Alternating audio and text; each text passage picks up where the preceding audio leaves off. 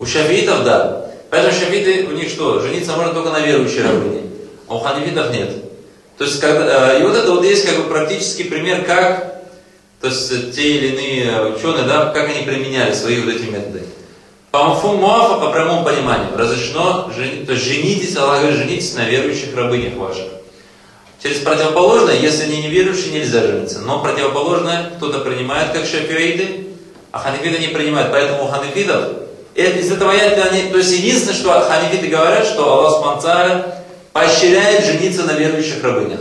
Но из этого аята ханефиты не видят, что запрета жениться на неверующих рабынях из рабынь, которые принадлежат человеку. Ну, конечно, повторюсь, этот пример, он сейчас не практический, но мы всего лишь приводим пример для того, чтобы понять, как теоретически, да, методы. Хорошо. Третье, это мафхуму шарт, то есть понимание от условия. То есть до этого у нас было что? Название или имя, потом качество, свойства, сейчас условия.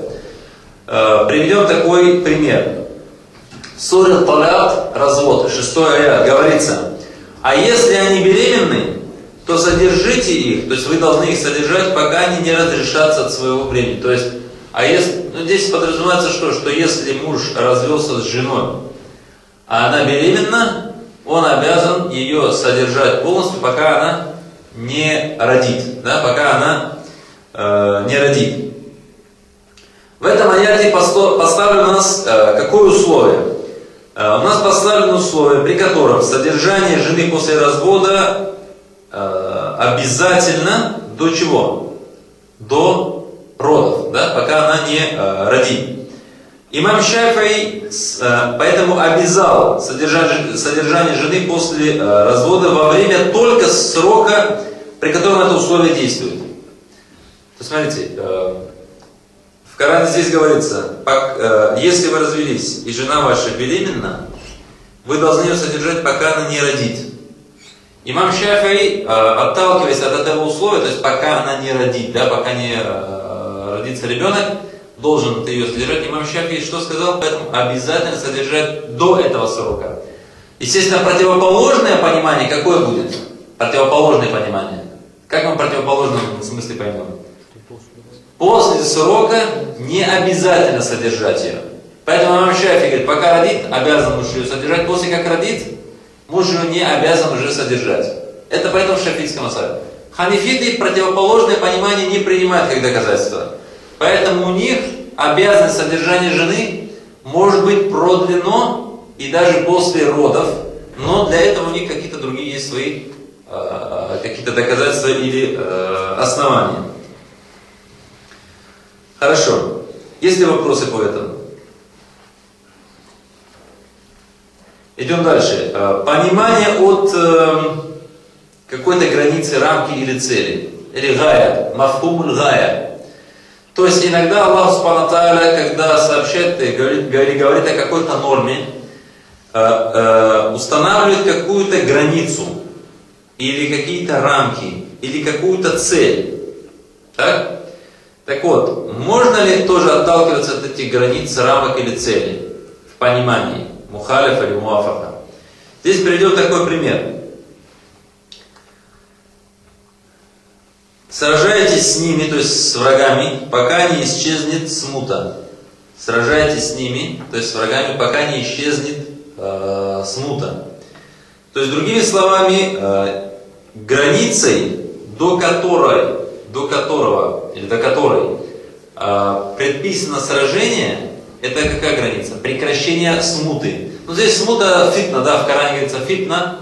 Смута, переводим это слово как смута, хотя у слова фитна есть очень много разных как бы смыслов. То есть разрешено или предписано сражаться до тех пор, пока смута продолжается. Но как только она, смута, прекращается, исчезает, да, сражение тут же что? Уже не является разрешенным. Должно быть что? Остановлено. Естественно, то, что противоположное понимание какое? Что то, что за границей или за этими рамками, да, или за этой целью, уже дальше что действует противоположная норма. То есть пока смута действует, предписано сражаться с врагами, как только смута прекратилась, сражаться с ними не разрешено. как только она прекратила, сражаться не разрешено. Это уже что? Противоположное понимание. Естественно, шафииты такой вывод и делают, ханифиты такого вывода, конечно, что не делают. Поэтому у ханифитов сам этот аят не указывает на то, что после прекращения смуты сражаться с врагами запрещено.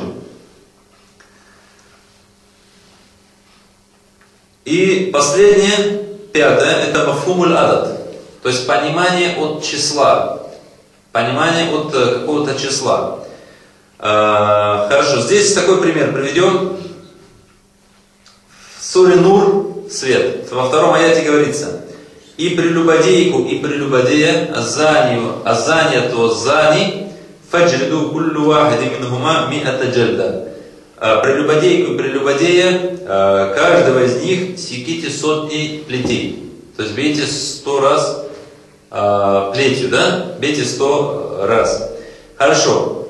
Прямое понимание мы отсюда у нас очень простое, да? Что если кто-то совершил прелюбодеяние, и там, так далее, тому подобное, это все доказано, и свидетели, да? Это все доказано, то его наказание является что? Удар по спине 100 раз. То есть до 100 раз, это вот число, да, это число ударов, которое в Коране поставлено. Можно ли бить больше, чем 100 раз? Если по мафуму вафака он должен быть ударен 100 раз, а больше уже нельзя. По мафуму халиф, то есть по противоположному, то есть до 100 раз, потому что ударить человека это запрещено. То есть бить человека или там убивать это запрещено изначально.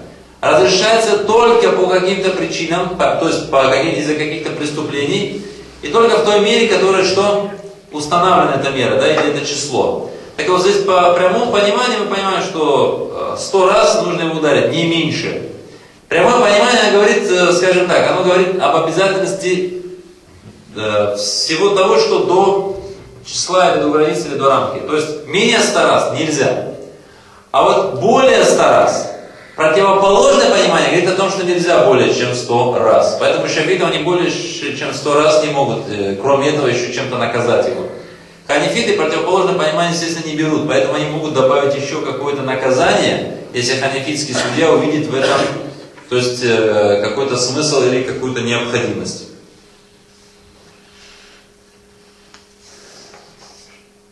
Есть ли по данной теме вопросы?